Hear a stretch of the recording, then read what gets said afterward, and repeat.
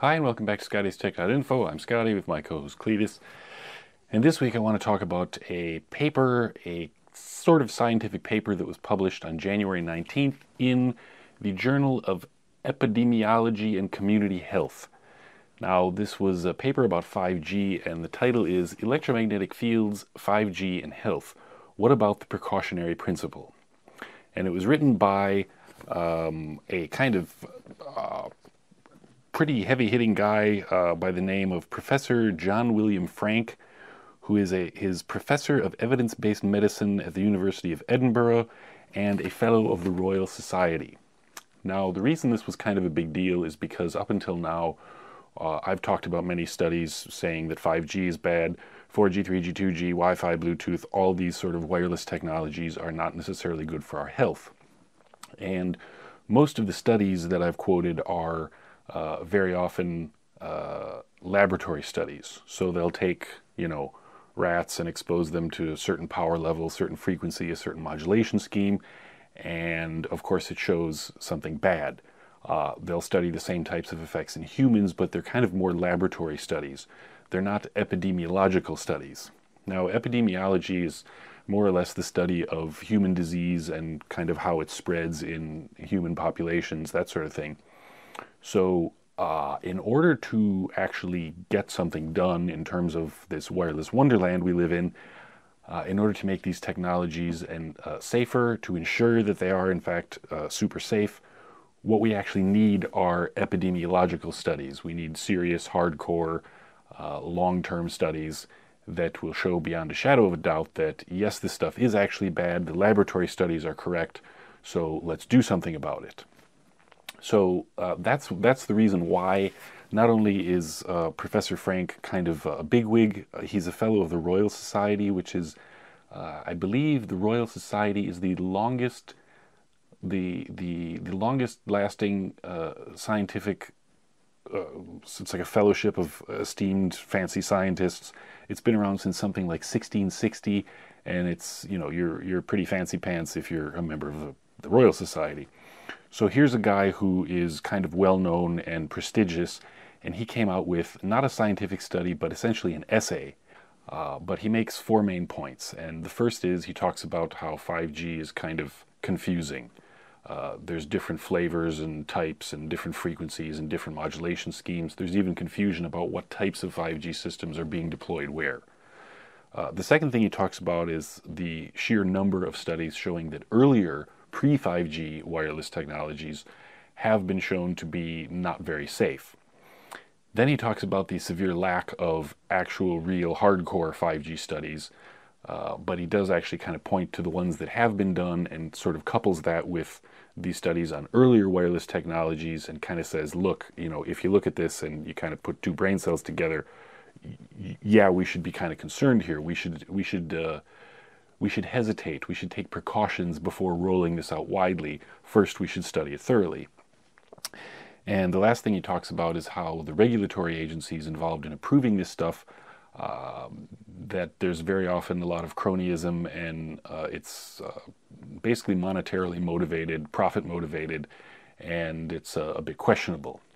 Okay, so I'm just going to go through just a few little quotes in the paper and talk about a few things. I've already talked in my earlier videos about 5G, 4G, 3G, 2G, Wi-Fi, Bluetooth, and how there is a lot of evidence out there, thousands of studies showing that this stuff is not necessarily safe. And while none of them are conclusive, as I have mentioned before, my take on it was, looking at all this data, we need a hardcore, long-term, thorough study. And essentially what we need is an epidemiological study. So I'm just going to go through a few points in here. In the first section where he talks about what is 5G and why is it different from past EMF exposures, he covers a lot of the things that I've talked about already, such as, we're going to have 200 times more antennas. He talks about the fact that if you have, say, a 4G wireless cellular system, you have one antenna that's going to cover like a square kilometer or two. And so you have one antenna mast, and for the most part, power levels and exposure is going to be much lower. With 5G systems, especially millimeter wave, you're going to have antennas on every second or third light pole going down your street. You're going to have 200 times more antennas, which means it's kind of like you're not going to be able to escape it. Whereas before, you had this tower like a kilometer away from you transmitting. Now you're going to have one like right outside your window. And this is going to obviously increase the exposure to this stuff. And in addition to that, you have the use of new and different frequencies that basically no one has ever studied really thoroughly the effects that this has on our bodies. But the studies that have been done, some of it is a tad scary. So he writes that the overall population levels of exposure to RF EMFs, radio frequency electromagnetic fields, will be greatly increased by the 5G rollout. One compelling argument for that view is the inverse square law of EMF exposure. Intensity varies as the inverse of the square of the distance from the emitting source. Of course, that means, when you have a transmitter, if you're this close, the power levels are very high. If you're double the distance, it's not a linear drop off in terms of the effects on the body. It's kind of more of it drops off of the square of the distance basically. So it's kind of a mathematical thing. Doesn't decrease like that, decreases like that. That's basically all that's saying.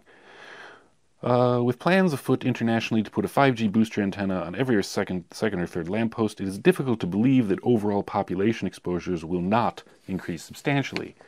In other words, yeah, it's all going to go up, and maybe that's not such a good idea.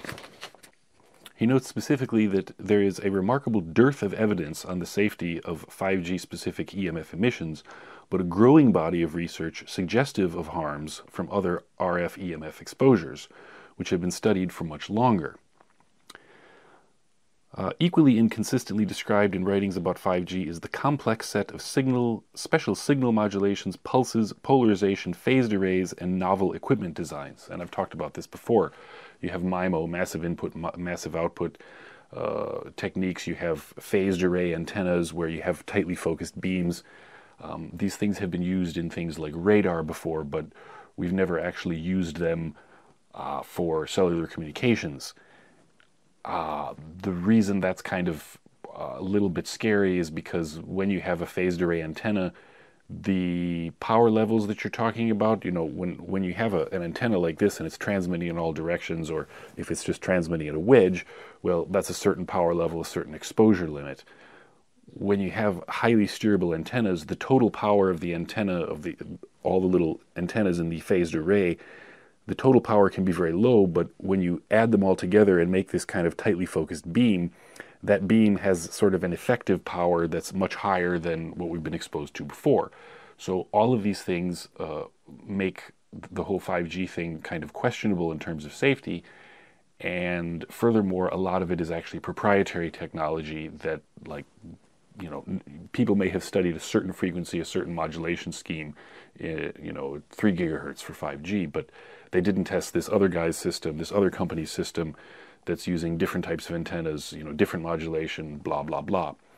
So it's very complicated because no one technology has sort of won out with 5G. Everyone's kind of experimenting with a whole variety of them. And so it rapidly becomes very complicated. And any study to show 5G safety would need to be extremely thorough and study all these different technologies, taking all these different factors and all these complex details into account, and basically nobody's done that yet. As such, he notes, it is highly likely that each of these many forms of transmission causes somewhat different biological effects, which makes sense, making sound, comprehensive, and up-to-date research on those effects virtually impossible. Regarding the second point, the fact that there are many, many studies about 2G, 3G, 4G, and so on, there's a section called An Emerging Preponderance of Laboratory Studies Indicating RF EMF's Disruptive Biological Effects with Many Knowledge Gaps. He notes, we often have only one extant study of any given biological effect of a specified combination of radio frequencies, modulation, and pulse patterns. The literature that does exist identifies remarkably heterogeneous biological effects across hundreds of such specific RF EMF exposure patterns. Furthermore, a comprehensive Canadian review of the same evidence states that some of the new RF EMF technologies, such as innovations in radio frequency pulsing, polarization, and modulation, are so new that biological scientists have not been able to keep up. That is, no studies yet exist of these new technologies' biological effects. And that's kind of what I was just explaining, is that there are so many new technologies that it's not really enough to just say, oh, well, the FCC says, yeah, that power level is fine. Furthermore, as I've talked about before, biological effects have been demonstrated by various studies, laboratory studies, at extremely low power levels. Then he talks about recent reviews of laboratory, i.e. non-epidemiological studies of biological effects of RF EMFs. They identify diverse multi-body system effects. Reviewers, these people who've done these studies, they have demonstrated a growing body of evidence that this type of RF EMF exposure produces effects spanning reproductive, oncological, cancer, neuropsychiatric, skin, eye, immune system problems. There are even many fundamental effects at the subcellular level in terms of oxidation, DNA alteration, gene expression, and bacterial antibiotic resistance. Particularly striking, now this is curious because I've talked about this millimeter waves and how they affect the sweat ducts in the skin. He notes here that particularly striking is a 2018 study from Israel documenting the capacity of the sweat ducts in human skin to act as helical antennae receptive to 5G millimeter wave frequencies. He continues, when sweat ducts are exposed to these RF EMFs, there are remote systemic effects through the skin's established capacity to secrete and send hormones and other signals to the entire body. This report alters one's sense of the potential risks from such high-frequency waves, since they have long been thought to be inherently less dangerous because they are largely absorbed in the top few millimeters of exposed tissue. So in other words, when they have these crowd control weapons and when you have millimeter waves, everyone is telling us, oh, no, it's perfectly safe. It only penetrates a few millimeters into your skin. And what he's saying is like, no, that's not enough to just write off the effects because yes, it's only being absorbed a few millimeters into your skin, and okay, sure, it's just, the sweat ducts, it has some effects, but essentially your skin is not separate from the rest of your body. Your skin is an integral component of your body. Your skin is literally the first line of defense against things like infection and disease. Therefore, it is intimately tied to all the other components of your body. So when you mess with the sweat ducts in your skin, that can have even hormonal changes. It can cause hormonal changes in the body, other types of signaling mechanisms and chemical and electrical and all kinds of crazy things. Interactions between your skin and the rest of your body will be disrupted by the absorption of 5G millimeter waves in your skin. And that is apparently what these studies are showing. So I thought that was a particularly interesting point, including for both 5G and these the crowd control weapons. Oh, don't worry, you're not actually being set on fire. It's only being absorbed a few millimeters into your skin. Well, yes, apparently it does actually have some negative effects on the body as a whole, not just on your skin.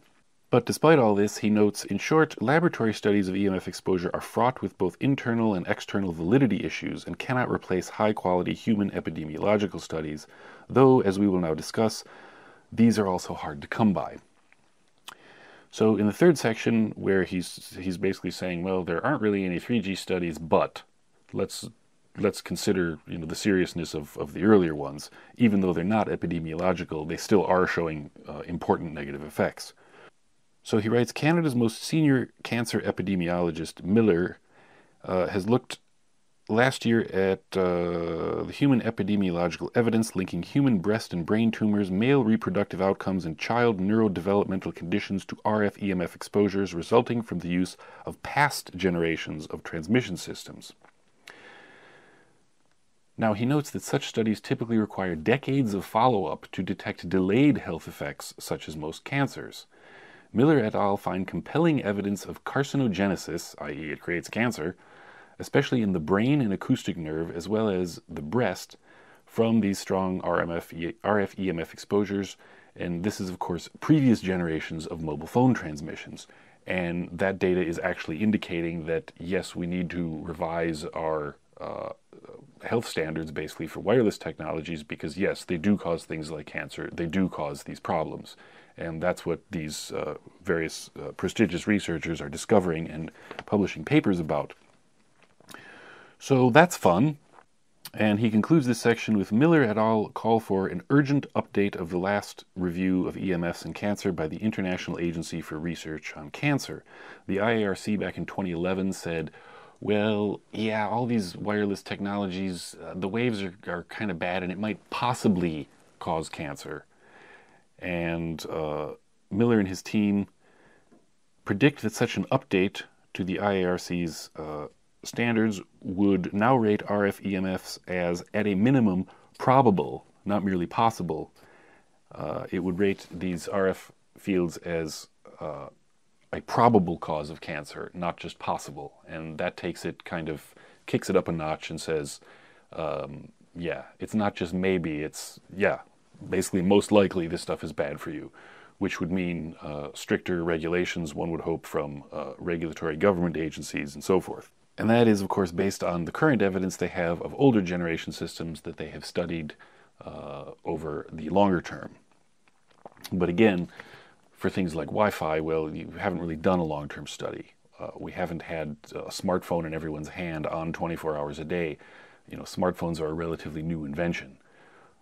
So, you know, what difference is there between, you know, if I'm carrying a smartphone around with me all the time and using it all the time, versus if I don't even have a smartphone, I'm just being exposed to the radio frequency energy from remote towers. What's the difference there? Does it make a difference? How much do those power levels and how much does that exposure actually matter? And what are safe exposure levels? Are there safe exposure levels with the specific technologies we're using, or do we need completely different modulation schemes, different encoding schemes? That's the question that no one has the answer to. And finally, in the fourth section, he starts talking about the regulatory agencies such as the FCC and equivalents in various other countries, and how there's a bit of cronyism and nonsense going on. And he writes that a senior epidemiologist from Sweden, Hardell, contends that ICNRP's membership includes overrepresentation of vested interests, especially the giant multinational telecommunications firms who are heavily invested in the rollout of 5G systems internationally.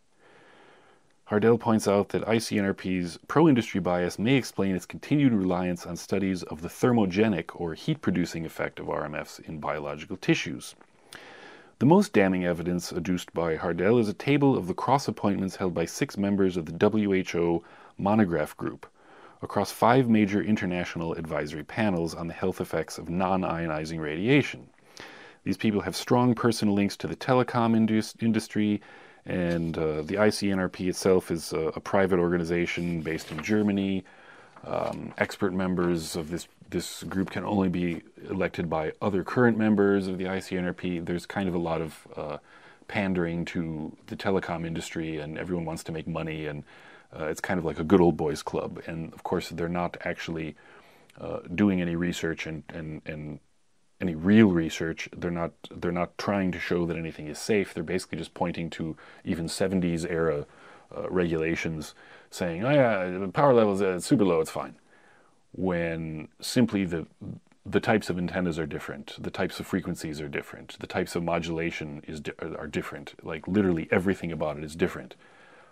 It would be a bit like using regulations for a horse-drawn carriage and applying them to a modern electric automobile, for example. They're two such different animals that you can't possibly use them, but what they're saying is like, yeah, but a horse-drawn carriage has 4 wheels, and so does an electric car. So does a Tesla, so yeah, it's the same thing. We can just use those old horse-drawn carriage regulations. Well, no, not even close. And of course, that is due to, yeah, you know, the usual political and monetary nonsense, profit, that sort of thing. So finally, he notices that various, these kind of groups that have kind of cronyism going on, they're always concluding that, like, nah, there's nothing wrong with it, whereas independently funded private groups or publicly funded groups, you know, when you don't have the cronyism, when you have independent research, that independent research is pretty much always showing that, yes, there are dangers from these wireless technologies, and yes, we should look into them more, whereas the kind of official organizations who are on the industry side are always concluding the exact opposite, and that obviously this is a problem. So in his conclusion, he says, after reviewing the evidence cited above, the writer, an experienced physician epidemiologist, is convinced that RF EMFs may well have serious human health effects. He didn't mention the effects on plant and animal life, as he's not an expert on those things, he says. In addition, there is convincing evidence cited above that several nations' regulatory apparatus for telecom innovations, such as the 5G rollout, is not fit for the purpose. And finally, he says, in the case of 5G transmission systems, there is no compelling public health or safety rationale for their rapid deployment. The main gains being promised are either economic, for some parties only, not necessarily with widely distributed financial benefits across the population. So the main gains being promised are either economic or related to increased consumer convenience. Until we know more about what we are getting into from a health and ecological point of view, those putative gains need to wait. So there you have it. Here is finally a guy who is very prestigious, and he's come out and he said, well, yeah, this 5G rollout, it needs to be put on hold, and we need some serious, real, long-term studies, get all the vested interests out of the way, and let's do some real research here. And it's particularly interesting because in 2020, the sale of smartphones dropped, which is not surprising because if we're all confined to our homes because of this virus outbreak and everything, you're not mobile anymore. So why do you need a mobile device? So the sales of smartphones dropped off a cliff in 2020. Apparently it picked up towards the end of the year. And not surprisingly, the sales of PCs also increased in the same time period. So the importance of 5G, yeah. It can definitely wait, especially if there are any doubts at all. And now we have kind of more of the big guns coming out and saying, look, I looked at the evidence and yes, there is something to this. So hopefully more people like him will come forward and speak out, and we can actually get something done. For more techie tips, see ScottiesTech.Info. Thanks for watching. See you next time.